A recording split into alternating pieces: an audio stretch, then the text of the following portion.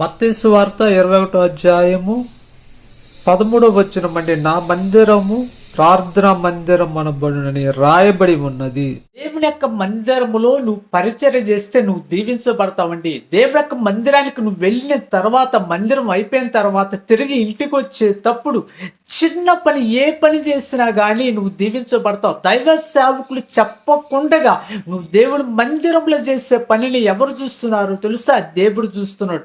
అది చిన్న పని అయినా సరే దేవుని యొక్క మందిరములో చేసి తిరిగి ఇంటికి రా, నువ్వు బ్లెస్ అవుతావు. నీ బ్లెస్సింగ్, అది దేవుని యొక్క ఆశీర్వాదము నిన్ను ఇంటికి వెంబడిస్తుంది. పరిశుద్ధుడా, ప్రేమగల తండ్రి, నీ మందిరములో నాయనా నీ పరిచర్య చేసే బిడ్డలందరినీ దీవించు, ఆశీర్వదించు. యేసు నామములో అడుగుతున్నాం తండ్రి, ఆమేన్. స్వాగతం సుస్వాగతం.